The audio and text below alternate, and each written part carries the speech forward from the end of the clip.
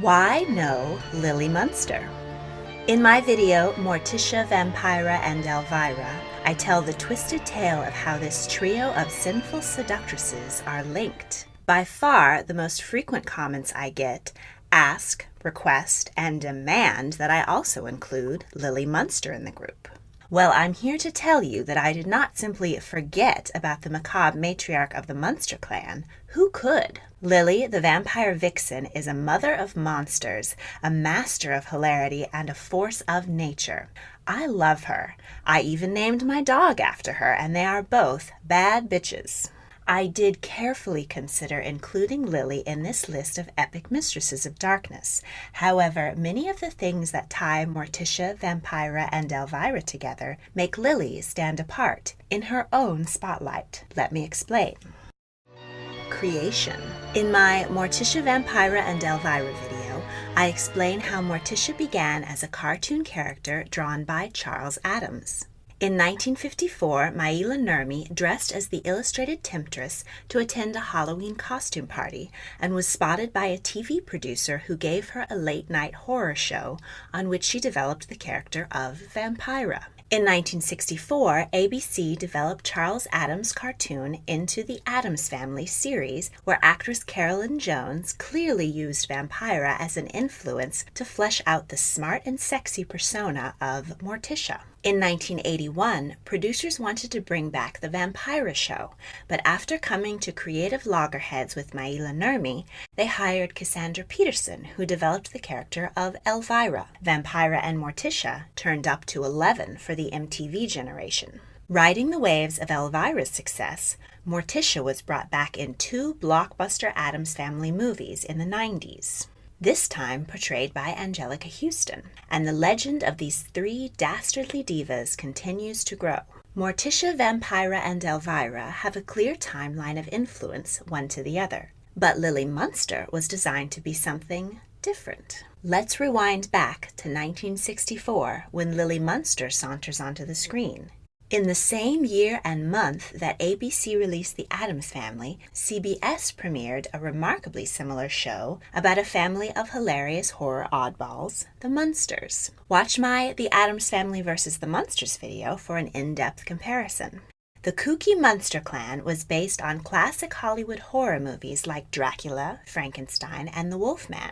The mother was originally named Phoebe and tested with actress Joan Marshall in the role. This early version would have fit right in with Morticia, Vampira, and Elvira. She had long black hair, a black dress, and a cold, sinister delivery. But this was a problem for the producers, who didn't want to appear to be ripping off the competition. And Joan Marshall's Phoebe was far too similar to Carolyn Jones's Morticia. So they changed the mother's name to Lily, much more cheery sounding than Morticia, but actually the name of the flower symbolizing death. Joan Marshall was replaced by Hollywood royalty, actress Yvonne De Carlo.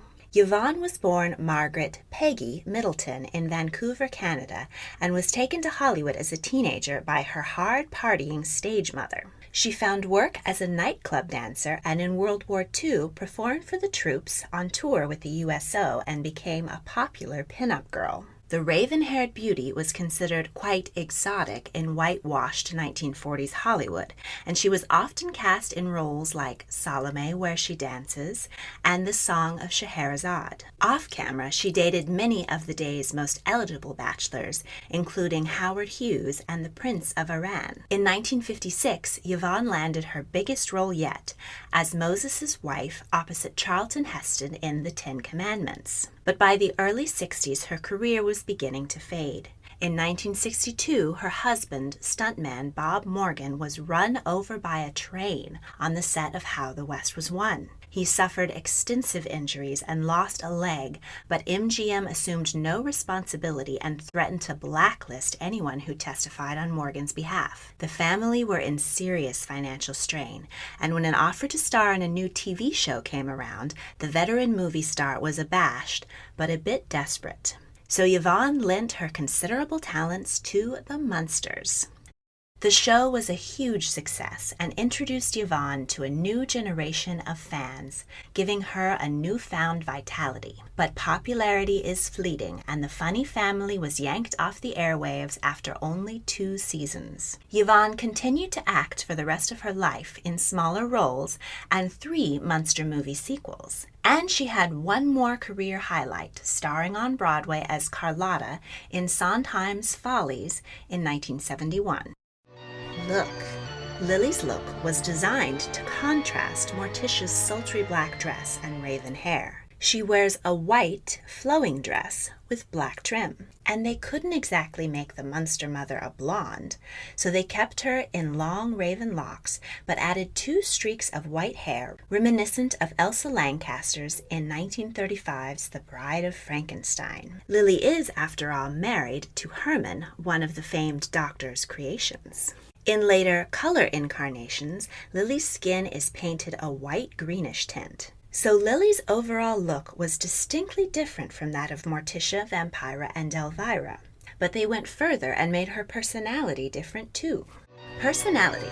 Morticia, Vampira, and Elvira all have similar cold, saucy, and sinister deliveries. Their comedy stems from the macabre and ghoulish.